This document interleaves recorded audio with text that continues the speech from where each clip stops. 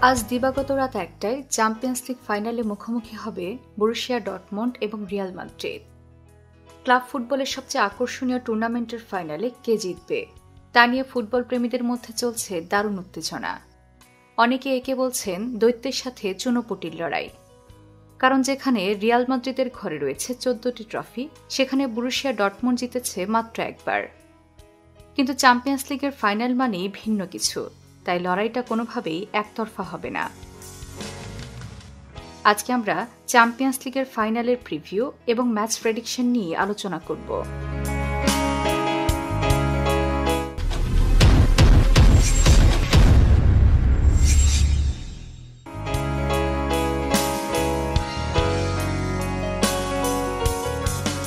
Champions লিগের ইতিহাসে Real Madrid নিঃসন্দেহে সর্বকালের সেরা দল। এখনো পর্যন্ত তারা ১৪ বার এই শিরোপা ঘরে তুলেছে। এর মধ্যে গত ১০ বছরেই ৫ বারের শিরোপা জিতেছে তারা।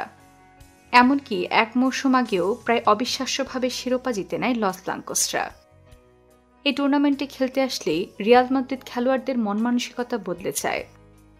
অদম্য মানসিকতার কারণে ম্যাচ জয়ের জন্য যে কোনো কিছু করতে পারেন তারা। কাগজে কলমে দুর্বল দল নিয়েও শিরোপা জয়ের রেকর্ড আছে তাদের। সে তুলনায় রিয়াল মাদ্রিদের বর্তমান দলটি যথেষ্ট শক্তিশালী। দলের মূল তারকা ব্রাজিলিয়ান ফরওয়ার্ড ভিনিসিয়াস জুনিয়র নিজেকে বিশ্বের সেরা উইঙ্গার হিসেবে প্রতিষ্ঠা করেছেন। বিশেষ করে গত ৩ মৌসুম ধরে তার পারফরম্যান্সের গ্রাফ কেবল ঊর্ধ্বমুখী। একই সঙ্গে ইংল্যান্ডের তরুণ মিডফিল্ডার জুড বেলিংহামও খেলছেন দুর্দান্ত। মৌসুমের শুরুর দিকে জুড বেলিংহাম একাই রিয়াল মাদ্রিদকে টেনেছেন ম্যাচের পর ম্যাচ।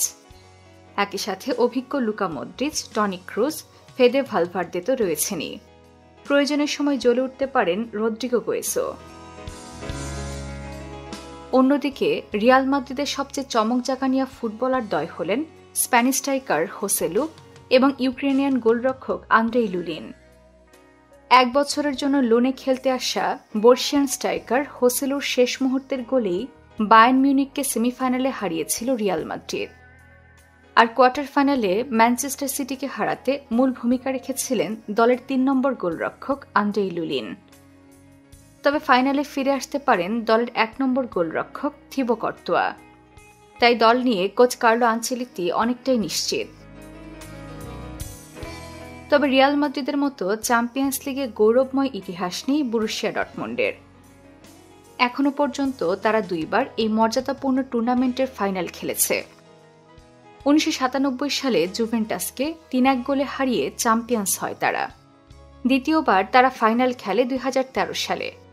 তবে এইবার তারা ২-১ গোলে হেরে যায় বায়ার্ন মিউনিখের কাছে। দীর্ঘ ১১ বছর পর আবার তারা ফাইনালে উঠেছে, যা অনেকের কাছেই চমক জাগানিয়া সাফল্য। কারণ বরুসিয়া ডর্টমুন্ডে বর্তমানে তারকা ফুটবলার বলতে কেউই নেই। জার্মান লিগে বায়ার্ন মিউনিখের ছায়ায় ঢাকা পড়া এই দলটির সবচেয়ে অভিজ্ঞ খেলোয়াড় মার্কাস রেউস এবং ম্যাটস হ্যামেল।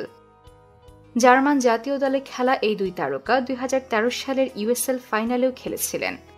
তবে সেবারের মতো পরাজয়ের মুখ দেখতে চান না এই তারকাদ্বয়। কিলিয়ান এমবাপ্পের পিএসজিকে ঠেকিয়ে দিয়ে তারা বুঝিয়ে দিয়েছেন নিজেদের কাজটা তারা ভালোভাবেই পারেন। তবে গোলের জন্য বরুসিয়া ডর্টমুন্ড তাকিয়ে থাকবে নিকোলাস ফুলক্রুগ এবং দানিয়েল মালিনের দিকে। এই দুজন কতটা সুযোগ কাজে লাগাতে পারছেন তার উপরে নির্ভর করছে ডর্টমুন্ডের সাফল্য ও ব্যর্থতা। সব মিলিয়ে ফাইনালে এক জমজমাট লড়াইয়ের আশা করছেন নিরপেক্ষ ফুটবল প্রেমীরা। একদিকে রিয়াল মাদ্রিদের আক্রমণাত্মক ফুটবলের প্রদর্শনী, অপরদিকে বরুসিয়া ডর্টমুন্ডের সুযোগ সন্ধানী কৌশল। শেষ পর্যন্ত কে হাসবে শেষ হাসি? আপনার মতামত জানিয়ে দিন কমেন্ট বক্সে। আর এমন ফুটবল ভিত্তিক ভিডিও দেখতে সাবস্ক্রাইব করুন ফুটবল বিশ্ব।